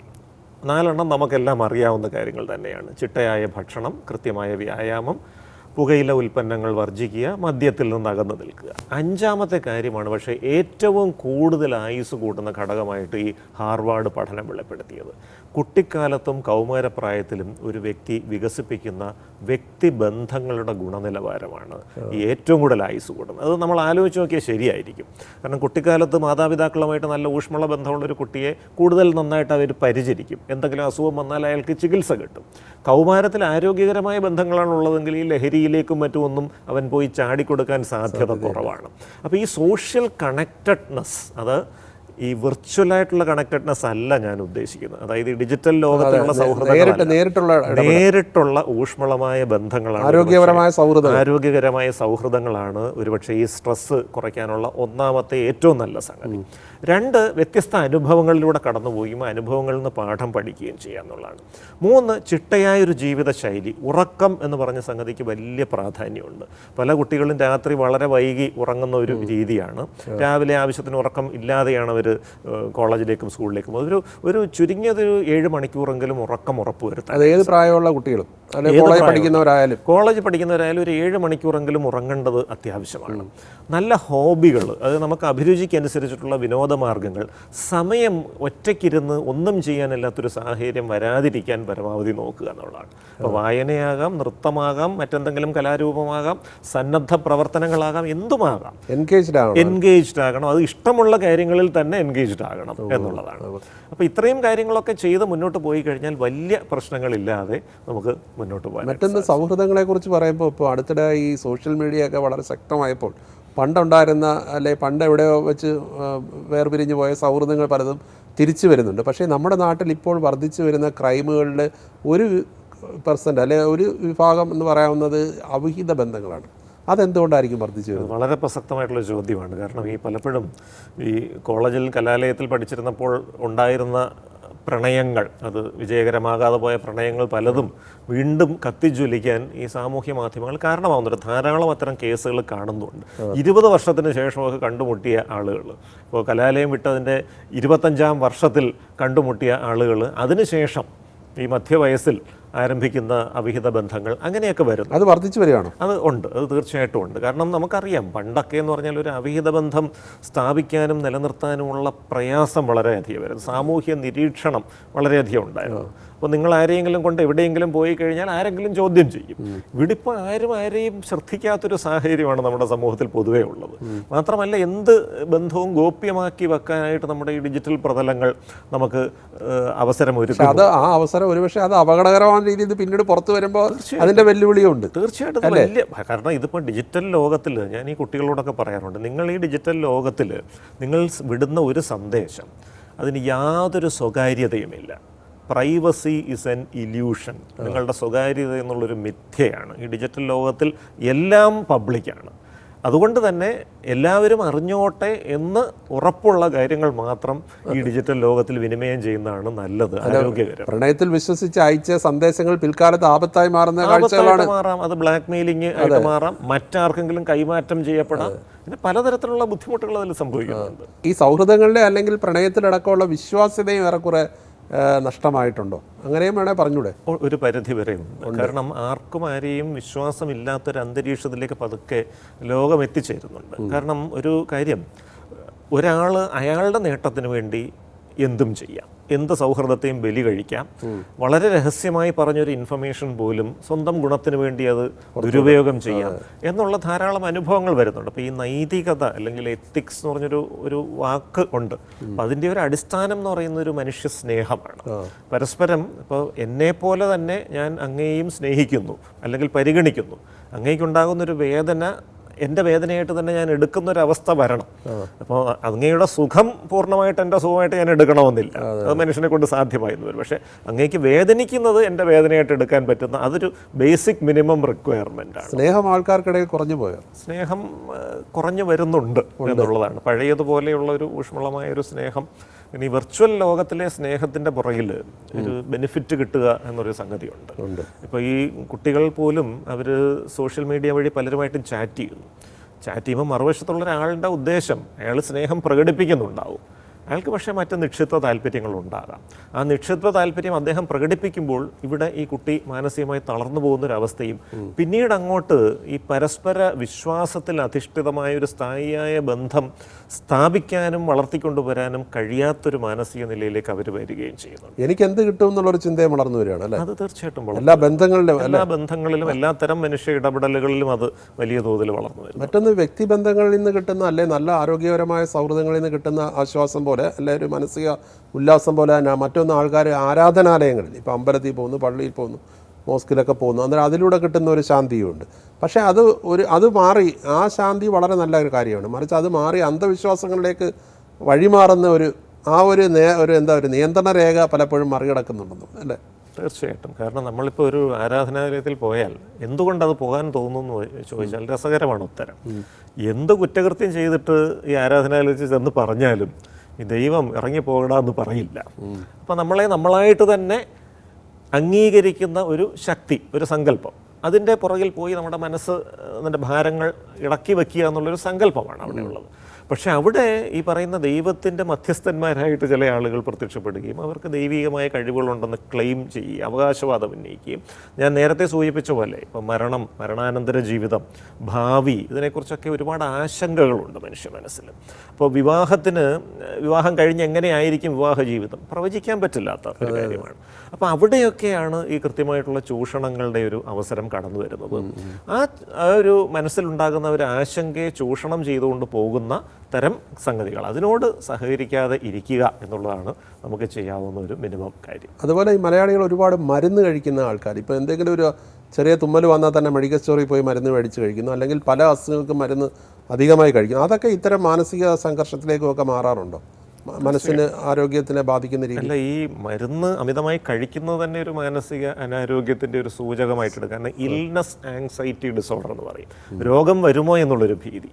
അപ്പോൾ ഒരുപക്ഷേ ഈ ആരോഗ്യ മാസികകളിലായാലും യൂട്യൂബിൽ വരുന്ന വീഡിയോകളിലായാലും ഒക്കെ ഈ രോഗങ്ങളെക്കുറിച്ച് ഏറ്റവും കൂടുതൽ പരതുന്നതും മരുന്നുകളെക്കുറിച്ച് ഏറ്റവും കൂടുതൽ ഗവേഷണം നടത്തുന്നതും മലയാളികളാണ്. അപ്പോൾ പണ്ടൊക്കെ വൈദ്യശാസ്ത്ര വിദ്യാർത്ഥികൾ 3-ാം വർഷം ആദ്യമായിട്ട് ആശുപത്രിയിൽ പോയി രോഗികളെ കാണുമ്പോൾ 3rd ഇയർ സിൻഡ്രോം എന്ന് പറഞ്ഞൊരു സംഗതിയുണ്ട്. ഇപ്പോൾ കണ്ണിൽ ഒരു കുരുവുള്ള ഒരാളിനെ കണ്ടിട്ട് നമ്മൾ വൈകിട്ട് വീട്ടിൽ വരുമ്പോഴത്തേക്ക് നമുക്ക് കണ്ണിലെന്തോ ഒരു ചെറിയൊരു കിരികിരിപ്പ് തോന്നുന്നു എന്നൊരു ഇത് വരും. ഇപ്പം അന്ന് വൈദ്യശാസ്ത്ര വിദ്യാർത്ഥികൾക്ക് മാത്രമായിരുന്നെങ്കിൽ ഇന്നിപ്പോൾ എല്ലാവർക്കും അതുകൊണ്ട്. കാരണം ഇത്തരം വീഡിയോകളൊക്കെ കണ്ടിട്ട് ഈ ലക്ഷണം എനിക്കുണ്ടല്ലോ. കുറേ പൊതുവായ ലക്ഷണങ്ങൾ പറയുമ്പോൾ കുറേ ലക്ഷണങ്ങൾ ഒരുമിച്ച് വന്നൊരു ലക്ഷണ സാകല്യം അല്ലെങ്കിൽ ഒരു സിൻഡ്രോമായിട്ട് വരുമ്പോഴാണ് അതിന് ഒരു രോഗം എന്ന് പറയുന്നത്. അത്തരത്തിലുള്ള ചെറിയ ചെറിയ ലക്ഷണങ്ങൾ എല്ലാവർക്കും കാണാം. പക്ഷെ ആ ഒരു ലക്ഷണം കാണുമ്പോൾ എനിക്ക് ഈ രോഗമാണെന്ന് ചിന്തിക്കുന്ന ഒരു അവസ്ഥയിലേക്ക് വരുമ്പോഴാണ് ഒരു ഭീതി വരുന്നത്. ഇപ്പോൾ ഈ ക്യാൻസറിനെ കുറിച്ചൊക്കെ വല്ലാത്ത തരത്തിലുള്ള ഭീതി മലയാളിക്കുണ്ട്. അപ്പോൾ എന്തെങ്കിലും തൊണ്ടയിലൊരു ചെറിയൊരു അസ്വസ്ഥത വന്നു കഴിഞ്ഞാൽ തൊണ്ടയിൽ ക്യാൻസർ ആണെന്ന് കരുതി പല ആശുപത്രികളിൽ പോയി ഒരു ഡോക്ടർ പറഞ്ഞാൽ വിശ്വാസം വരാതെ മറ്റൊരു ഡോക്ടറിനെ കാണുന്നു, വ്യത്യസ്ത വൈദ്യശാസ്ത്ര ശാഖകളിൽ തന്നെ ചികിത്സ തേടുന്നു, ഇങ്ങനെയൊക്കെ പോകുന്നൊരു അവസ്ഥയുണ്ട്. അപ്പോൾ അവനവൻ്റെ ജീവിതത്തെക്കുറിച്ചും അവനവൻ്റെ സ്വത്വത്തെക്കുറിച്ചുമുള്ള ഒരു ഉറച്ച വിശ്വാസമില്ലാതെ വരുന്നൊരു സന്ദർഭങ്ങളിൽ പലപ്പോഴും ഇങ്ങനെ പോകാം. അതാണ് അതിൻ്റെ ഒരു യാഥാർത്ഥ്യം. ഈ പൂർണ്ണമായും മാനസിക ആരോഗ്യമുള്ള ഒരാളെ എങ്ങനെ നിർവചിക്കും? പൂർണ്ണമായും മാനസികാരോഗ്യം എന്നുള്ളത് ആർക്കുമില്ല, ഒരു സാങ്കല്പിക സംഗതി. എങ്കിലും ഒരു മാനസികാരോഗ്യം എന്നുള്ളതുകൊണ്ട് ഉദ്ദേശിക്കുന്നത് നമ്മുടെ വികാരങ്ങളെ ഞാൻ നേരത്തെ സൂചിപ്പിച്ച പോലെ കൃത്യമായ അളവിൽ കൃത്യമായ സന്ദർഭങ്ങളിൽ കൃത്യമായി പ്രകടിപ്പിക്കാനുള്ളൊരു കഴിവ്. ഇപ്പോൾ ചിന്തകൾ എന്ന് പറഞ്ഞാൽ വളരെ അത്യാവശ്യമായിട്ടുള്ള സംഗതികൾ. ആ ചിന്തകൾ പരിധി വിട്ട് പോകാതെ ചിന്തകൾ ലക്ഷ്യബോധത്തോടെ പ്രവൃത്തികളിലേക്ക് എത്തുന്ന രീതിയിലേക്ക് ക്രമീകരിക്കാൻ കഴിയുന്ന ഒരു വ്യക്തി. ഒരു സമൂഹത്തിൻ്റെ ആവശ്യങ്ങൾ മനസ്സിലാക്കി തൻ്റെ റോൾ എന്താണ് സമൂഹത്തിൽ എന്ന് മനസ്സിലാക്കി ആ സമൂഹത്തിന് വേണ്ടി കൂടെ ചിലത് സംഭാവന ചെയ്യാൻ പറ്റുന്ന വ്യക്തി.